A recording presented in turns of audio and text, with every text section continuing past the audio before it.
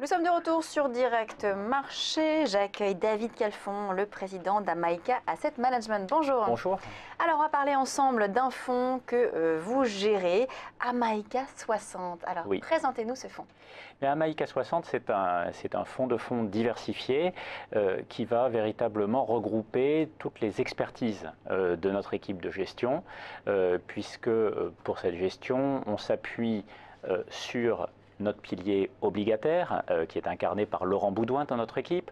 On s'appuie également sur une expertise action, qui est incarnée par Michel Ménigoz dans notre équipe. Et je m'occupe personnellement de l'allocation d'actifs de ce fonds. Voilà, donc le nom Amaïca 60 vient de sa limite d'exposition en actions, puisqu'on n'a pas le droit d'aller au-delà de 60% d'exposition en actions. Et aujourd'hui, vous êtes à combien?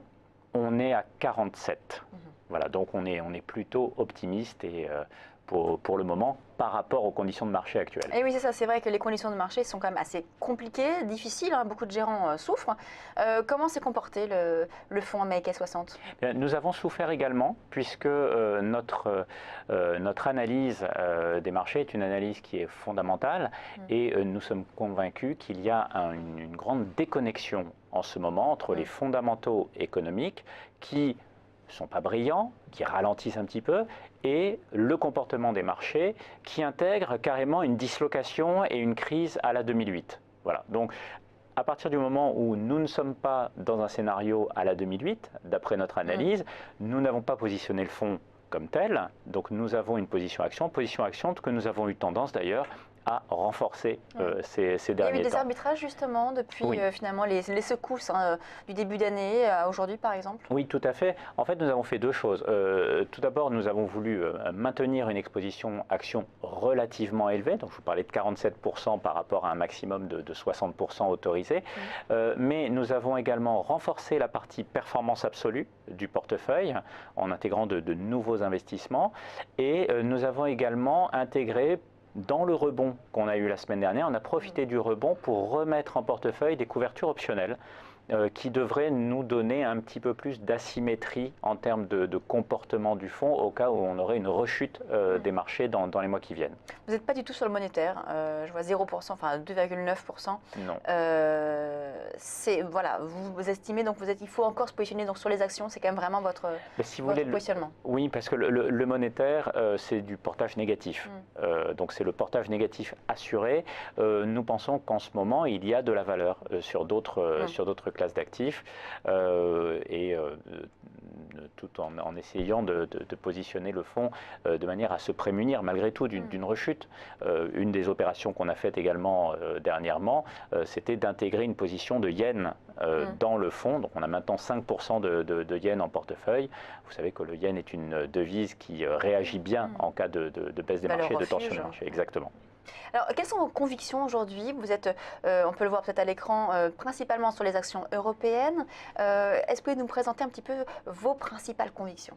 Alors, on a plusieurs convictions, puisque l'idée de ce fonds, c'est véritablement la diversification. Donc si on veut la diversification, on veut avant tout que la performance du fonds ne repose pas sur une seule décision, mais soit bien la somme de vues plus ou moins indépendantes.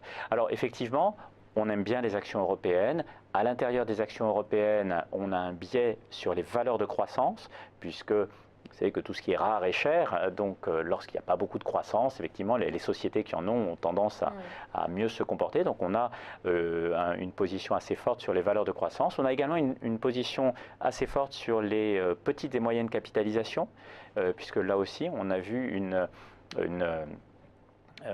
on a vu véritablement une dynamique bénéficiaire qui est assez intéressante et qui est venue soutenir la progression des marchés. Et on a également une position sur les actions japonaises, puisque le marché japonais également nous paraît particulièrement peu cher. Et enfin, on a conservé sur la partie obligataire une position sur le high yield et notamment sur le high yield d'entreprise. Votre perspective pour on va dire le semestre ou l'année à venir sur ce fonds Maïké 60, est-ce que vous estimez qu'il va être armé pour supporter de fortes volatilités et encore de soubresauts comme a priori on devrait le vivre durant quelques mois? Oui, alors tout à fait. Je pense que c'est un fonds qui est maintenant positionné effectivement plus pour une récupération progressive des marchés. On pense que par défaut, la classe d'actifs actions va rester la meilleure classe d'actifs, que cette performance va se payer beaucoup plus cher qu'avant, avec beaucoup plus de volatilité. Et c'est pour cela qu'au travers notamment de stratégies optionnelles, de positions sur les devises également, on va essayer de contrebalancer tout cela pour ne pas s'amputer du potentiel de rebond, qui est à notre avis assez significatif, tout en essayant de préserver malgré tout le fonds dans des phases de volatilité. Parfait. Merci beaucoup, David Galfond, président d'Amaïka Asset Management. On passe à la suite. C'est maintenant la valeur du jour.